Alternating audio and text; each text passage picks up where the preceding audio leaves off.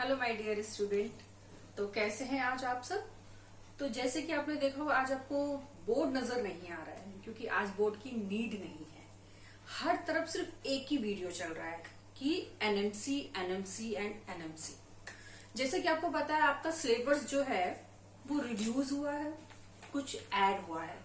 अब इसको लेके बच्चों में बड़ा ही कंफ्यूजन है कि क्या करें, कब तैयारी शुरू करें। अभी एक महीना रुक जाते हैं, कुछ और क्लियर होगा। तो इससे ज्यादा कुछ और क्लियर होने वाला नहीं है। देखो इस साल का नीट 24 जो है वो कंडक्ट कराएगा आपका एनएमसी, ठीक है। कुछ सिलेबस जो है वो रिड्यूस हुआ है, कुछ ऐड हुआ है। तो सबसे पहले हम क्या करते हैं कि जो रिड्यूस हुआ है उसके बारे में बात कर लेते हैं। देखो यहाँ पे तुम्हें तीन चीजें ध्यान रखनी है, जो ओल्ड एनसीईआरटी थी एंड जो लास्ट आपकी रिवाइज एनसीईआरटी आई थी और अभी जो एनएमसी की पीडीएफ जो है वो सर्कुलेट हो रही है। देखो अगर जो रिड्यूस हुआ है सबसे पहले उसकी बात कर लें। रिड्यूस ये हुआ है कि आपकी जो प्लांट फिजियोलॉजी है उससे 2 चैप्टर हटा दिए गए हैं, mineral nutrition and plant transport in plant, जो कि बहुत अच्छे चैप्टर थे, पता नहीं भाई क्यों हटा दिए गए। इसके अलावा इन्वायरमेंटल इश्यू जो है वो हटा दिया गया है। तो मेजर ये जो तीन चीजें हैं ना ये बिल्कुल गायब कर दी गई हैं। अब हम बात करते हैं कि ऐड क्या किया गया है। देखो व्हाट इज लिविंग, जो कि अभी आपकी नई एनसीईआरटी आई थी, उन्होंने इसको रिड्यूस किया था कि भैया हमें लिविंग नहीं पढ़ना। बट एनएमसी की जो अभी आया है पीडीएफ उसमें है कि आपको लिविंग पढ़ना है। टेक्सोनॉमिक एक्ट्स नहीं पढ़ना है, हर्बेरियम नहीं पढ़ना है, म्यूजियम नहीं पढ़ना है, पार्क नहीं पढ़ने हैं, जियोलॉजिकल पार्क वगैरह नहीं पढ़ने हैं। तो ये आपको नहीं पढ़ना है, ठीक है। उसके बाद जो इतना भी किंगडम है प्लांट किंगडम में उसमें कोई हेरफेर नहीं हुआ है। हाँ, क्लासिफिकेशन ऑफ एंजियोस्पर्म जिसमें टैक्सोनॉमिक कैटेगरीज वगैरह है वो हमें नहीं पढ़नी है।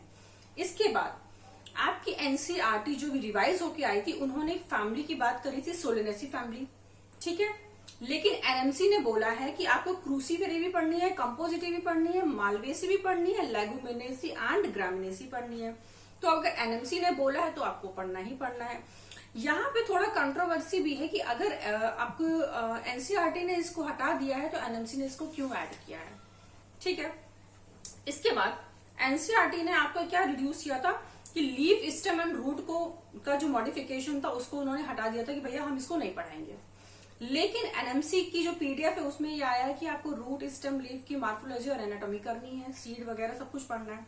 तो ठीक है ना भाई, आप पढ़ लेंगे, पुरानी एनसीईआरटी में भी तो पढ़ते थे हम। अब हम बात करते हैं कि सेल चैप्टर से कोई छेड़खानी नहीं हुई, बायोटेक्नोलॉजी में कुछ भी छेड़खानी नहीं है, मॉलिक्यूलर में बायोमोलिक्यूल्स में कुछ भी छेड़खानी नहीं हुई है। तो ये आपको एज इट इज पढ़ना ही पढ़ना है। फिजियोलॉजी के 2 चैप्टर गायब हो गए। प्लांट ग्रोथ एंड हार्मोन में आपको वर्नलाइजेशन, सीड डोरमेंसी वगैरह नहीं पढ़ना है। और इकोलॉजी में आपको इन्वायरमेंटल इशू नहीं पढ़नी है। तो ये आपकी बॉटनी का इतना सिलेबस है। तो मुझे लगता है कि जो रिड्यूस हुआ है ना उसके पीछे नहीं भागना इतना ज्यादा, जितना कि जो अभी तक आप पढ़ रहे थे उस पर फोकस करो। अब कुछ बच्चे इस स्थिति में है कि उनको लग रहा है कि अरे यार ठीक है ना, 1 महीने बाद और क्लियर हो जाएगा उसके बाद हम स्टार्ट करेंगे। नहीं बेटा, ऐसा नहीं करना है क्योंकि आपके पास सिर्फ 6 मंथ है। इस 6 मंथ में आपको क्या पढ़ना है अब हम इस स्ट्रेटेजी बताते हैं। देखो मल्टीपल बुक पढ़नी नहीं है, आपको पढ़ना क्या है, कुछ बुक्स ऐसी हैं जिनको आपको मल्टीपल टाइम पढ़ना है। जैसे आपको दोनों एनसीईआरटी अपनी 11th एंड 12th की, इसको आपको मल्टीपल टाइम पढ़ना है। अगर आपने अभी तक एक बार भी नहीं पढ़ी है तो इन 6 महीने में कम से कम आपको इसको 4 बार पढ़नी है, ठीक है। और इसके अलावा NCERT extract and NCERT explainer exemplar, ये 2 बुक, तो ये 4 बुक है, इनको आपको मल्टी टाइम पढ़नी है। मतलब अगर आपके पास 6 महीने हैं तो इन 6 महीनों में कम से कम इन बुक्स को आप 4 बार फिनिश करना ही करना है। इस स्ट्रेटेजी आगे बढ़ती कि टाइम मैनेजमेंट कैसे करना है। नीट 24 का सिलेक्शन जो है इस बार हो सकता है थोड़ा सा टफ हो जाएगा, पेपर लेंदी होगा और बहुत ज्यादा डीप नॉलेज पे डिपेंड करेगा। तो प्लीज एनसीईआरटी की एक एक लाइन पढ़िए। देखो एनसीईआरटी ना रेंडमली एनसीईआरटी में सब कुछ दिया हुआ है, बट सिर्फ अंतर इतना है कि एक्सप्लेन नहीं किया गया है। तो वो उसके लिए आपके लिए टीचर हैं।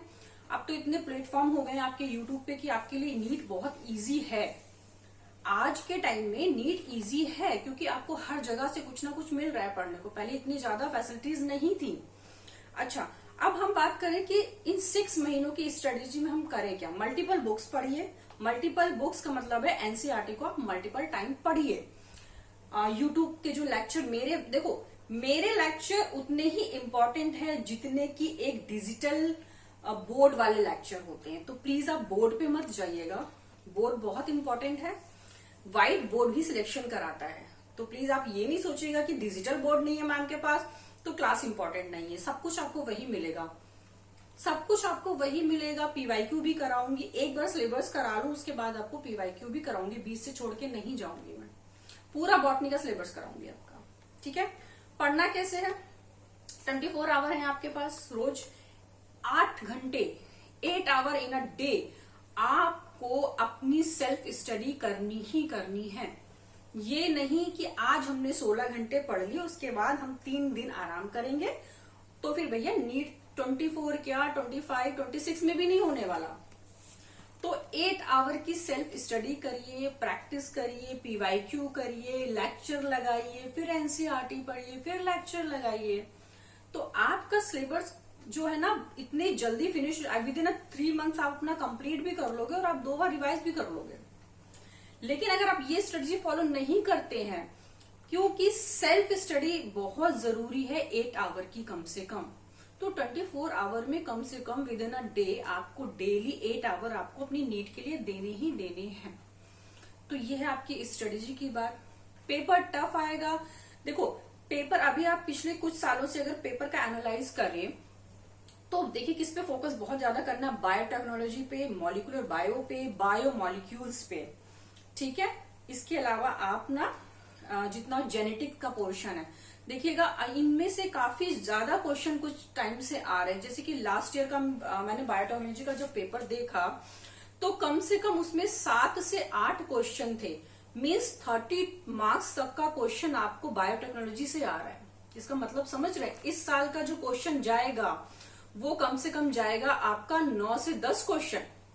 तो प्लीज मेक श्योर कि आपके पास टाइम कम है, और आज का जो मेरा वीडियो बनाने का मकसद यही था कि प्लीज हड़बड़ाइए नहीं, एनएमसी ने ऐसा कुछ भी बहुत ज्यादा नहीं किया है, सब कुछ आपके हाथ में है। तो प्लीज तब तक बने रहिए, पढ़ते रहिए मेरे साथ, यूट्यूब के साथ और अपनी एनसीईआरटी के साथ। तब तक के लिए गुड बाय।